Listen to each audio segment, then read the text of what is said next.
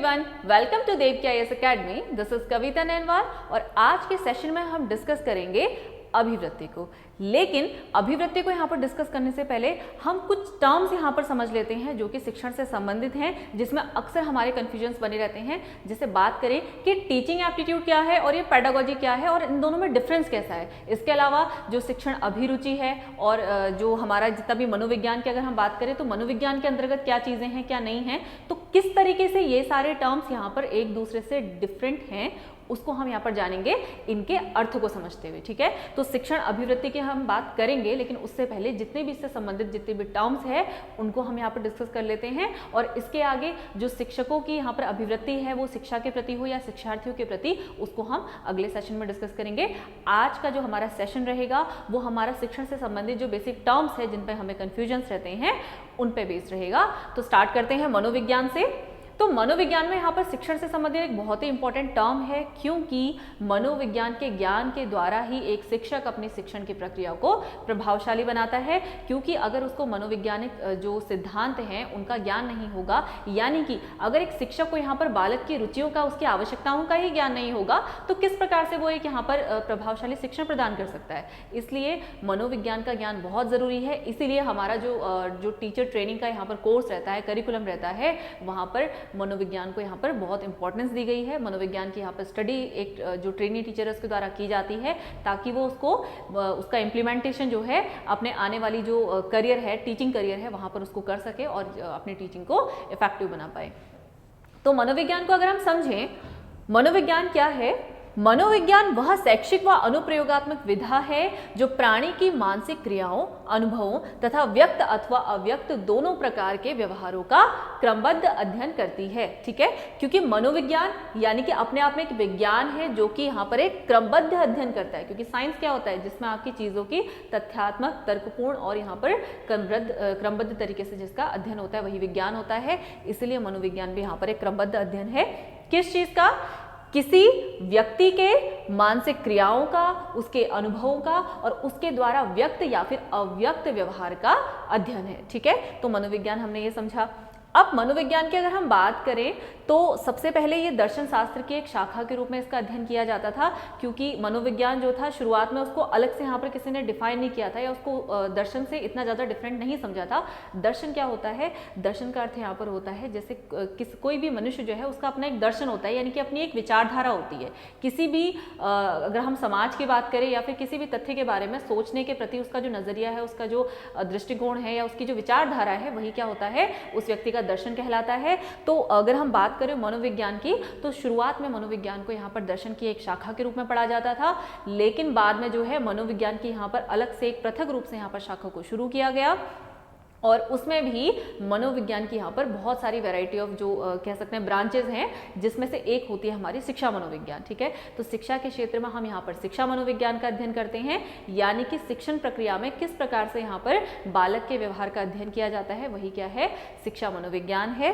तो बात करें मनोविज्ञान की तो हमने समझा कि मनोविज्ञान जो है शुरुआत में यहाँ पर दर्शन शास्त्र की एक शाखा के रूप में अध्ययन की जाती थी और बाद में मनोविज्ञान को यहाँ पर पृथक रूप से यहाँ पर पढ़ा जाने लगा और उसके अंतर्गत भी अलग अलग शाखाओं का यहाँ पर अध्ययन हुआ, जैसे कि शिक्षा मनोविज्ञान, बाल मनोविज्ञान, किशोर मनोविज्ञान, प्रायोगिक मनोविज्ञान और ऐसे ही काफी सारे हैं।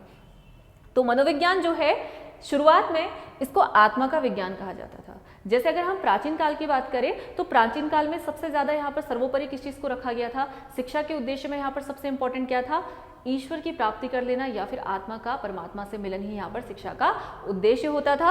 तो बात करें हम अगर जो प्राचीन काल है उसकी बात करें या शुरुआत में जब यहाँ पर शिक्षा प्रारंभ हुई थी उसमें किस प्रकार की यहाँ पर विचारधारा रही थी, वहाँ पर मनोविज्ञान को आत्मा का विज्ञान कहा गया था। ठीक है, और ये कहा किसने था अगर आपसे पूछा जाए तो प्लेटो नामक एक दार्शनिक थे, इन्होंने मनोविज्ञान को आत्मा का विज्ञान कहा। प्लेटो, इनके बारे में आपने पढ़ा होगा, ये सुकरात के शिष्य थे। ठीक है, सुकरात या इसको सॉक्रेट्स भी कहते हैं, जब इसको इंग्लिश में हम लिखते हैं तो सॉक्रेट्स या सुकरात जो है इनके ये शिष्य थे।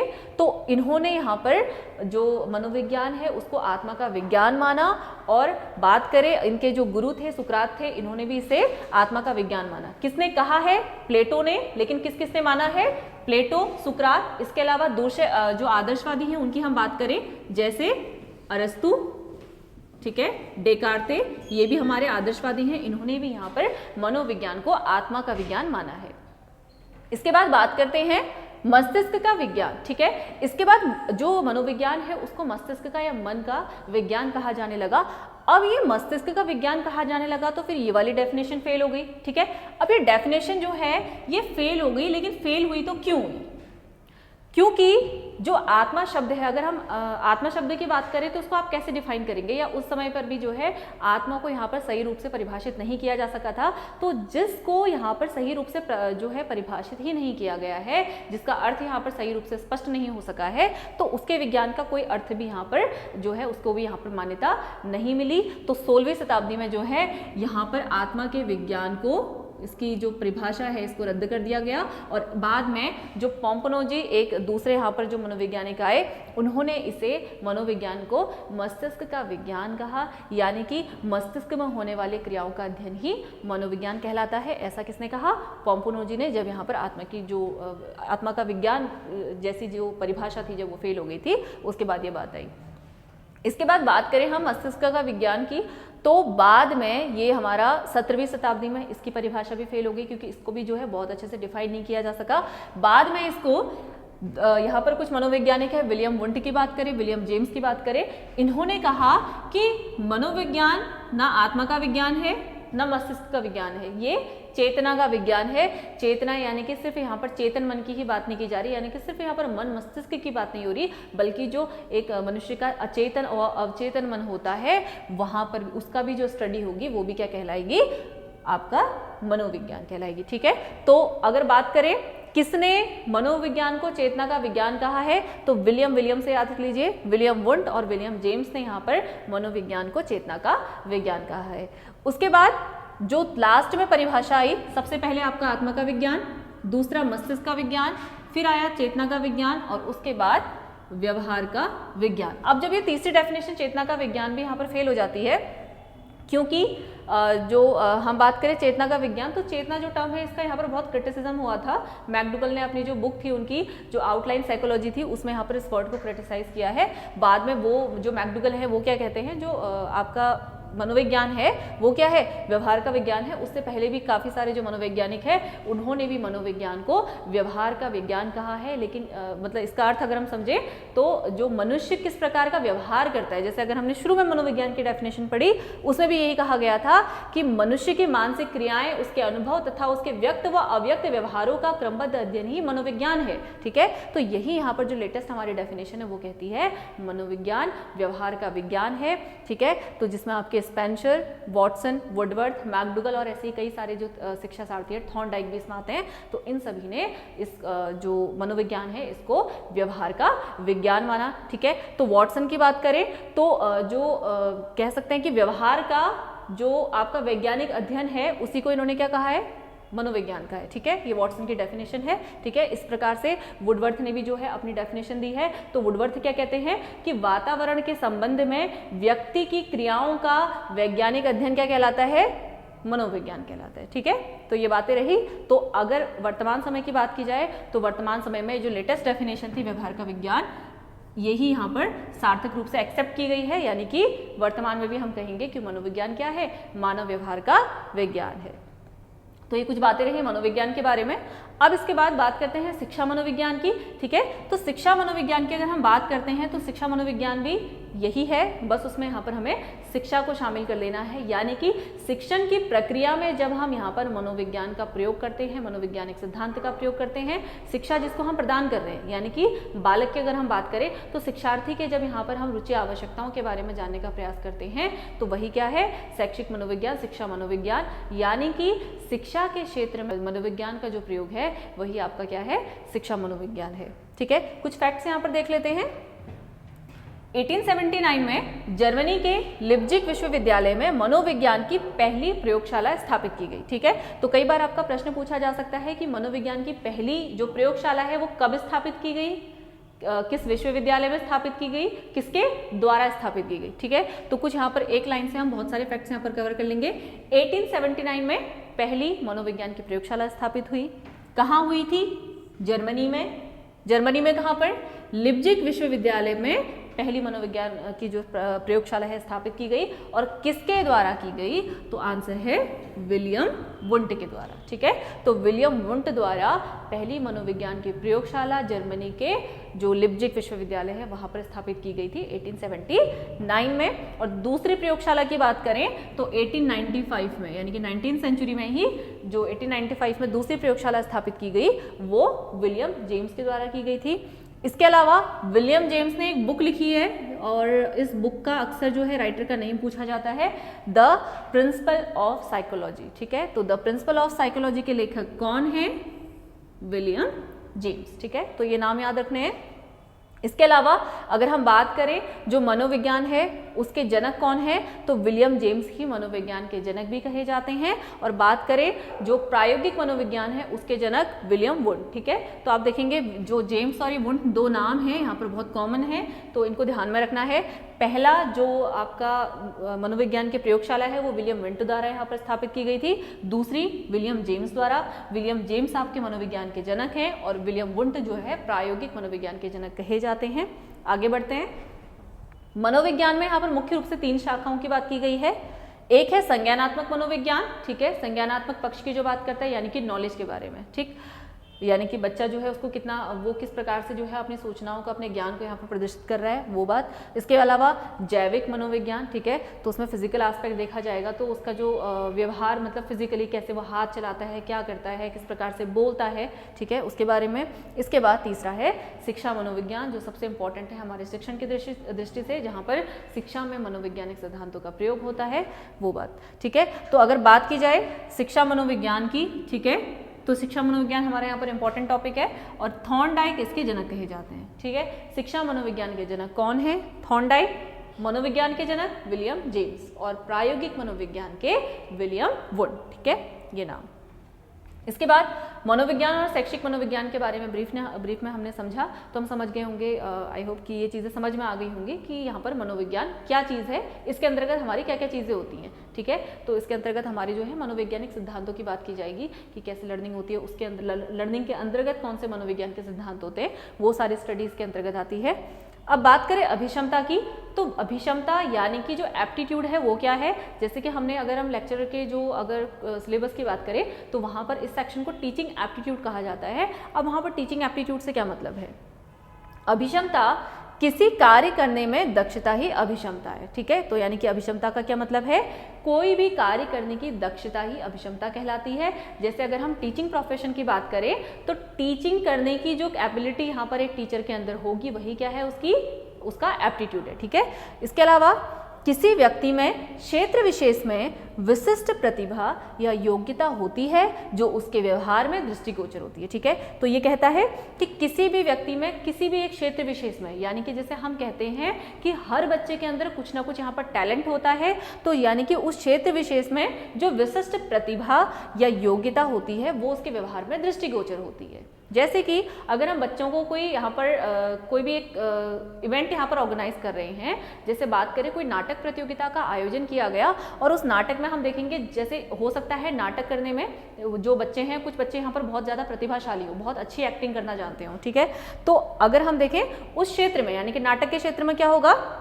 बच्चा अच्छा प्रदर्शन करेगा। ठीक है, तो उसके व्यवहार में ही जो है बच्चे की जो अभिक्षमता होगी वो दृष्टिगोचर होगी, दिखाई देगी। और अगर कोई बच्चा स्पोर्ट्स में अच्छा है तो जब भी स्पोर्ट्स एक्टिविटी कराई जाएगी तो उस स्पोर्ट्स के क्षेत्र में बच्चे का जो व्यवहार होगा वहाँ से, यानी कि बच्चे का जो परफॉर्मेंस होगा यहाँ पर स्पोर्ट्स में, उससे बच्चे का स्किल यहाँ पर प्रदर्शित होगी जो उसे क्षेत्र विशेष में सफलता प्रदान करने में महत्वपूर्ण भूमिका अदा करती है। निश्चित रूप से जब कोई बच्चा किसी क्षेत्र विशेष में यहाँ पर सक्षम होगा, प्रतिभाशाली होगा, तो वहाँ पर वो अच्छा परफॉर्म करेगा और वही उसको उस क्षेत्र में सफलता प्रदान करने में महत्वपूर्ण भूमिका अदा करती है। जैसे अगर आप किसी क्षेत्र में स्किल्ड हैं और आप उसी के कॉम्पिटिशन में जा रहे हैं तो क्या होगा? निश्चित रूप से आप में वो स्किल है, आप में वो योग्यता है, इसलिए आप उस क्षेत्र विशेष में सफल होंगे। ऐसी बात की जाए टीचर की, तो टीचर के अंदर अगर ये सारे गुण होंगे, टीचर के अंदर वो एप्टीट्यूड होगा, तो ही टीचर क्या होगा, अपने शिक्षण में सफल हो पाएगा, अन्यथा वो नहीं हो पाएगा। क्योंकि अगर उसके अंदर स्किल ही नहीं है, वो ये जानता ही नहीं है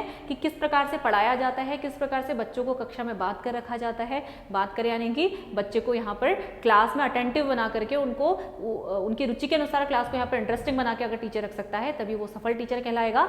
उसके लिए टीचर के अंदर टीचिंग एप्टीट्यूड होना जरूरी है। तो ये कहता है कि यह जन्मजात होती है। पूरी तरह से हम ये नहीं कह सकते कि जन्मजात होती है, लेकिन आपने देखा होगा कि बचपन से ही, चाहे वो जीन्स के थ्रू कहें या फिर जीन्स के थ्रू ही मोस्टली कुछ क्वालिटीज़ जो होती हैं बच्चे के अंदर पहले से ही आती हैं। तो कहीं ना कहीं ये कहता है कि जो अभिक्षमता होती है वो जन्मजात होती है। कई बार ऐसा होता है कि बच्चों को कोई चीज़ नहीं सिखाई जाती है, आप देखते हैं कि उसको जैसे ही उस क्षेत्र में डाला गया तो अनएक्सपेक्टेडली उसने बहुत अच्छा परफॉर्म किया, जबकि उसने तो आज से पहले कभी खेला ही नहीं था या आज से पहले उसको एक्टिंग का मौका ही नहीं मिला था, लेकिन फिर भी बच्चे ने अच्छा परफॉर्म किया, यानी कि उसके अंदर वो योग्यता पहले से ही थी, लेकिन उसको अवसर नहीं प्राप्त हुआ। तो इसके अनुसार यह जन्मजात होती है। लेकिन आधुनिक जो मनोविज्ञान है इसकी बात करें तो ये भी कहता है कि टीचर सिर्फ जन्मजात नहीं होते, बल्कि बनाए भी जाते हैं। उनको जो शिक्षण से संबंधित जितने भी मनोवैज्ञानिक सिद्धांत हैं उनका ज्ञान कराकर, उनको प्रॉपर टीचिंग ट्रेनिंग देकर उनको बनाया जा सकता है। लेकिन उसमें उस व्यक्ति में जो टीचर बनना चाहता है उस विषय के प्रति यानी कि शिक्षण के प्रति यहाँ पर रुचि होनी चाहिए। ठीक है, ये बात होती है। लेकिन इन जनरल जो शिक्षक होते हैं वो जन्मजात होते हैं, यानी कि शिक्षण की जो अभिक्षमता होती है, जो एप्टीट्यूड होता है वो जन्म से होता है। जैसे अगर हम बात करें कि हम ट्रेनिंग दे देंगे या फिर उसको जो है सिद्धांतों का ज्ञान करा देंगे, लेकिन अगर टीचर के अंदर वो एप्टीट्यूड ही नहीं होगा, ठीक है, मतलब पहले से अगर उसमें थोड़ा भी एप्टीट्यूड नहीं होगा, यानी कि उसका बिल्कुल अगर एप्टीट्यूड नहीं होगा तो उसमें इंटरेस्ट नहीं आएगा। क्योंकि ऑब्वियस सी बात है, जिसकी स्किल हमें नहीं होती है, यानी कि जो चीज़ में हमें इंटरेस्ट नहीं होता है, हम उस चीज़ को सीखना नहीं चाहते हैं, और सीखना ही नहीं चाहेंगे तो वो चीज़ को हम सही तरीके से ग्रहण नहीं कर पाते हैं। इसलिए बात करें अभिरुचि की यानी कि इंटरेस्ट की, किसी वस्तु, व्यक्ति, तथ्य, प्रतिक्रिया आदि को पसंद करने तथा उसके प्रति आकर्षित होने की प्रवृत्ति है। तो अभिरुचि यानी कि इंटरेस्ट क्या है? जब हम किसी व्यक्ति, वस्तु, तथ्य, प्रतिक्रिया आदि को पसंद करते हैं या नहीं करते हैं। जैसे हम कहते हैं कि मेरी रुचि इस विषय में है, मेरी रुचि इस कार्य में है, ठीक है, कब? जब हम उस चीज़ को करना पसंद करते हैं। जैसे मेरी रुचि पढ़ाने में है तो ये यहाँ पर मेरी अभिरुचि है, ठीक है, और अगर मैं इस चीज़ को पसंद ना करूँ तो मैं कहूँगी मेरी अभिरुचि इस चीज़ में नहीं है, यानी कि मैं पसंद नहीं करती। तो सिंपली जो आपका अभिरुचि से यहाँ पर तात्पर्य, इंटरेस्ट से तात्पर्य किसी चीज़ को पसंद करना या ना करना, बस इतना ही है, ठीक है।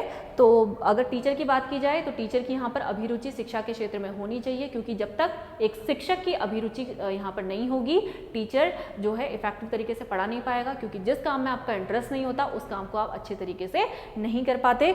उसके अलावा यहाँ पर बच्चों में भी जो है अभिरुचि यहाँ पर जागरूक करनी ज़रूरी होती है, ताकि वो कक्ष में आए तो वो पढ़ने के जो उद्देश्य से आ रहे हैं तो वो पढ़ने को यहाँ पर सार्थक रूप से ग्रहण कर पाएँ, ठीक है, यानी कि उनके अधिगम हो पाए।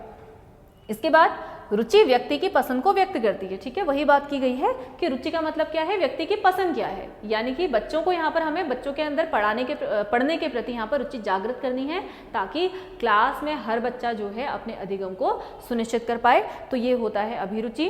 इसके बाद नेक्स्ट हम बात करते हैं शिक्षण शास्त्र की, ठीक है, पेडागोजी, जो कि आपका यहाँ पर सिलेबस भी है, टीचिंग जो LT में है। पेडागोजी की अगर हम बात करते हैं, शिक्षण कार्य की प्रक्रिया का विधिवत अध्ययन शिक्षा शास्त्र या शिक्षण शास्त्र कहलाता है, ठीक है।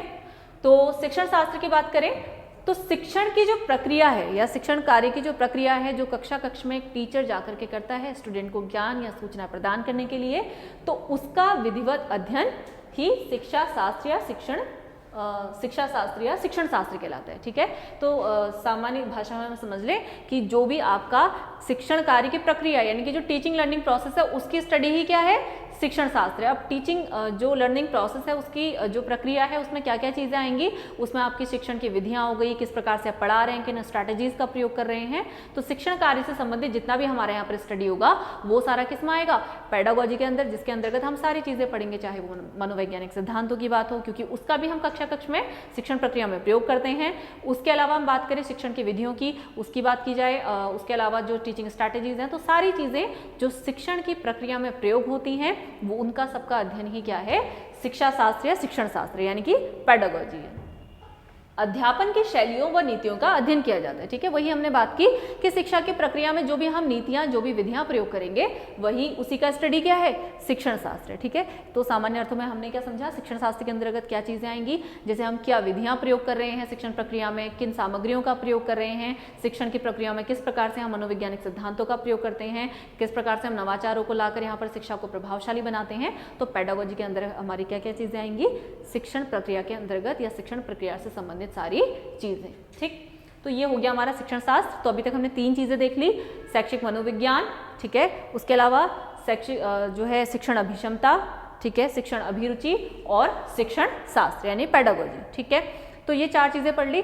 अब हमारा सिलेबस के अंदर एक टॉपिक है शिक्षक की शिक्षार्थियों के प्रति अभिवृत्ति और दूसरा शिक्षक की शिक्षा के प्रति अभिवृत्ति। ठीक है, तो उन्हें पढ़ने से पहले हम ये तो जान लें कि शिक्षा में जो शिक्षक की यहाँ पर अभिवृत्ति की बात की जा रही है, अभिवृत्ति क्या चीज़ है, और ये जितने भी हमने टर्म्स पढ़े, चाहे वो मनोविज्ञान है, अभिक्षमता है, अभिरुचि है या पेडागोजी है, इनसे ये कैसे डिफरेंट है। इसके बाद अगर हम बात करें अभिवृत्ति की, तो आपके सिलेबस में कुछ टॉपिक्स हैं यहाँ पर, जैसे शिक्षक की शिक्षा के प्रति अभिवृत्ति और शिक्षक की शिक्षार्थी के प्रति अभिवृत्ति। ठीक है, तो उसको जानने से पहले हम ये जान लें कि अभिवृत्ति है क्या। ठीक है, इससे पहले हमने जितने भी यहाँ पर टर्म्स डिस्कस किए थे, जैसे हम बात करें मनोविज्ञान की, अभिक्षमता, अभिरुचि, शिक्षण शास्त्र, इनसे ये कैसे डिफरेंट है। ठीक है, तो अभिवृत्ति यानी एटीट्यूड, यानी कि किसी चीज को देखने का नजरिया। ठीक है, तो शिक्षा के क्षेत्र में अगर बात की जाए कि एक टीचर जो है अपने प्रोफेशन को यानी शिक्षण कार्य को किस प्रकार से देखता है, वही क्या है, टीचिंग एटीट्यूड है। ठीक है, तो अगर हम इसकी डेफिनेशन की तरफ जाएं, किसी व्यक्ति या वस्तु के प्रति पसंद या नापसंद करने वाला दृष्टिकोण ही अभिवृत्ति कहलाता है। यानी कि अगर हम टीचिंग एटीट्यूड की बात करें, तो टीचिंग एटीट्यूड क्या है, अगर हम टीचर की बात करें तो वो शिक्षण को कितना पसंद करता है या नहीं करता है, उसका शिक्षण के प्रति किस प्रकार का दृष्टिकोण है, वही क्या है, आपका टीचिंग एटीट्यूड है। ठीक, इसके बाद अभिवृत्तियों के ज्ञान की सहायता से व्यक्ति के व्यवहार का पूर्व आकलन व विश्लेषण करना संभव होता है। जैसे आपका एलटी का जो पेडागोजी सेक्शन है, उसमें क्या किया जा रहा है, आपके यहाँ पर अभिवृत्तियों को जांचा जा रहा है, अभिवृत्तियों के ज्ञान को यहाँ पर परखा जा रहा है। तो अगर आपके अंदर जो है टीचिंग एटीट्यूड होगा, शिक्षण के प्रति यहाँ पर अभिवृत्ति होगी, तो क्या होगा, आप उस अनुसार यहाँ पर अपने उत्तर देंगे, तो आपके उत्तरों को देखकर यहाँ पर ये आंका जाएगा कि क्या आपके अंदर वो टीचिंग एटीट्यूड है या नहीं है। ठीक है, उसका विश्लेषण किया जाएगा और विश्लेषण करके आपको यहाँ पर मार्क्स प्रोवाइड किए जाएंगे। अगर आपके अंदर टीचिंग एटीट्यूड है तो डेफिनेटली आप उस अनुसार यहाँ पर सही उत्तर देंगे, और सही उत्तर देंगे तो आप जो है सिलेक्शन की तरफ जाते हैं।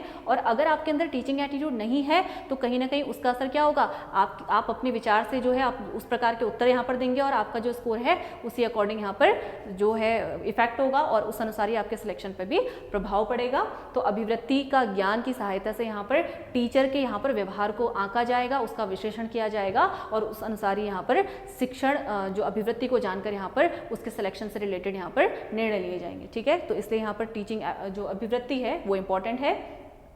अभिवृत्ति अपने मनोभावों तथा विश्वासों को इंगित करती है और इससे ज्ञान होता है कि व्यक्ति क्या सोच रहा है और उसका पूर्व विश्वास क्या है। ठीक है, तो अभिवृत्ति के द्वारा यहाँ पर यह जाना जाता है कि किसी व्यक्ति के किस प्रकार के मनोभाव हैं और किस प्रकार से उसके विश्वास वो शिक्षण के प्रति यहाँ पर रखता है। ठीक है, टीचर की बात की जाए तो वो टीचिंग प्रोफेशन को किस तरीके से लेता है। जैसे कुछ लोग इसको सिर्फ ऐसे लेते हैं कि एक यहाँ पर सेफ प्रोफेशन है या यहाँ पर गवर्नमेंट जॉब ग्रैब करनी है, तो अगर इस प्रकार से वो सोच रखेगा तो कहीं ना कहीं उसकी अभिवृत्ति को जब यहाँ पर जांचा जाएगा तो उस पर उसका प्रभाव पड़ेगा। इसलिए अभिवृत्ति यहाँ पर क्या है, अभिवृत्ति एक जरिया है जिसके द्वारा टीचर के मनोभावों को, उसके जो विश्वास है उसको जांचा जाता है कि वास्तव में वो जो है शिक्षण के प्रति यहाँ पर एटीट्यूड रखता है नहीं रखता है, या सकारात्मक एटीट्यूड रखता है या नहीं रखता है।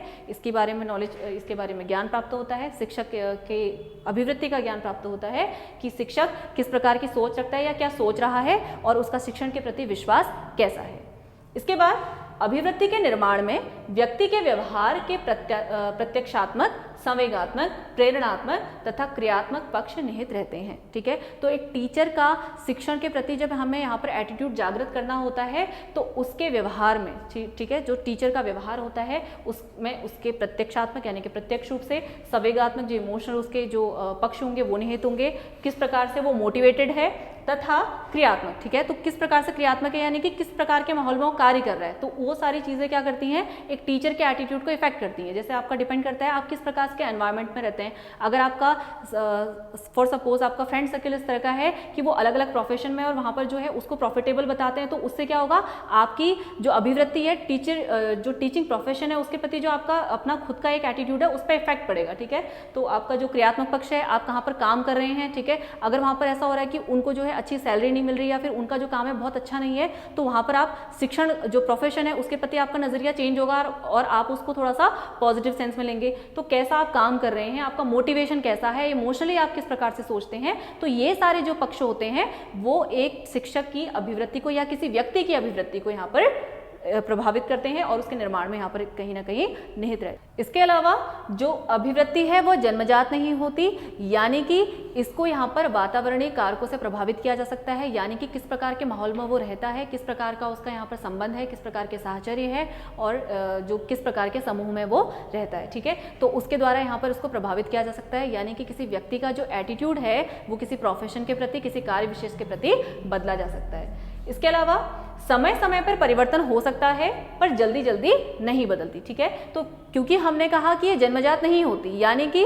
कई ऐसे कारक होंगे जो किसी व्यक्ति की अभिवृत्ति को प्रभावित करेंगे, तो इसलिए यानी कि अगर कारक प्रभावित करते हैं तो वो कारकों को अगर यहाँ पर बदल दिया जाए, यानी कि किसी व्यक्ति के अगर वातावरण को हम यहाँ पर बदल दें तो क्या होगा, उसमें जो अभिवृत्ति है वो भी बदल जाएगी। यानी कि अगर लगातार माना वो ऐसे माहौल में रह रहा है कि पहले उसको टीचिंग प्रोफेशन के प्रति इंटरेस्ट नहीं था, बाद में जब वो टीचिंग प्रोफेशन की तरफ गया और उसने वहाँ पर जो है माहौल को देखा और वहाँ पर उसको मतलब एक सकारात्मक उसको यहाँ पर पक्ष यहाँ पर दिखाई दिए, तो क्या होगा, अब उसका यहाँ पर शिक्षण के प्रति जो है अभिवृत्ति बदलेगी, लेकिन जल्दी जल्दी नहीं बदलती, क्योंकि किसी व्यक्ति की अगर किसी प्रोफेशन के प्रति या किसी भी क्षेत्र विशेष के प्रति किसी प्रकार की विचारधारा है तो उसको बदलना इतना आसान नहीं होता, थोड़ा समय लगता है। वो उस चीज़ों को उस समाज में, जैसे हम कहते हैं कि समायोजन की बात करते हैं, हमने एक बात करी थी सामाजिकरण, ठीक है। तो सामाजिकरण में क्या होता है, जब कोई व्यक्ति किसी समाज में जाता है तो उस अनुसार जो ढलने में उसको समय लगता है, अगर उसकी विचारधारा उससे पृथक है, ठीक है। तो किसी भी व्यक्ति की जो विचारधारा है या किसी प्रोफेशन के प्रति या किसी भी कार्य के प्रति जिस प्रकार का उसका दृष्टिकोण है उसको यहाँ पर बदला तो जा सकता है, लेकिन इतनी जल्दी नहीं बदलता, ठीक है। तो परिवर्तित हो सकता है लेकिन जल्दी जल्दी नहीं होता।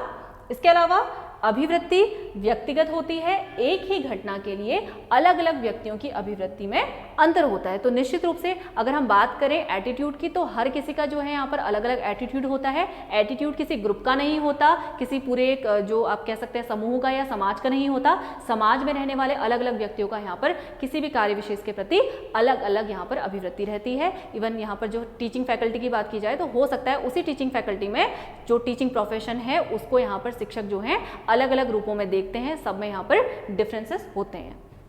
इसके अलावा अभिवृत्ति संस्कृति पर निर्भर करती है, क्योंकि हमने कहा जो अभिवृत्ति होती है वो बदलती रहती है, यानी कि जितने भी यहाँ पर पर्यावरणीय या वातावरणीय कारक होते हैं उनसे प्रभावित होती है।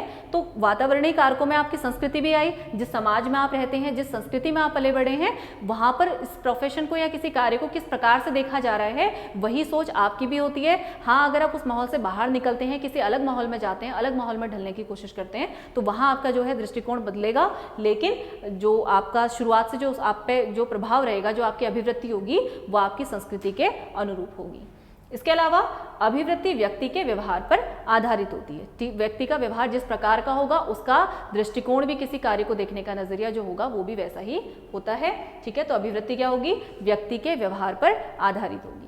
इसके अलावा अनुभव के आधार पर अर्जित होती है, ठीक है। जो व्यक्ति के अनुभव होते हैं, जैसे हम कोई कार्य कर रहे हैं, अगर उसमें हमें अच्छी चीज़ें प्राप्त होंगी तो हम क्या हमारा जो दृष्टिकोण होगा उसके प्रति सकारात्मक होगा, और अगर उसी कार्य को करके जो है हमें यहाँ पर अच्छी चीज़ें प्राप्त नहीं हो रही, नकारात्मक रूप से जो है हमारे ऊपर प्रभाव पड़ रहा है, तो हमारा उस प्रोफेशन के प्रति जो दृष्टिकोण है वो भी कैसा हो जाएगा, नकारात्मक हो जाएगा। तो अनुभव जो है किसी व्यक्ति के एटीट्यूड को यहाँ पर प्रभावित कर रहे हैं, ठीक है। तो हमने क्या कहा, अनुभव के आधार पर जो है अर्जित होती है, यानी कि अनुभव अगर अच्छा है तो उसका जो अभिवृत्ति होगी वो पॉजिटिव होगी, और अगर अनुभव आपके कम अच्छे हैं या फिर नकारात्मक हैं तो आपका जो दृष्टिकोण होगा, जो आपकी अभिवृत्ति होगी वो भी नकारात्मक होगी।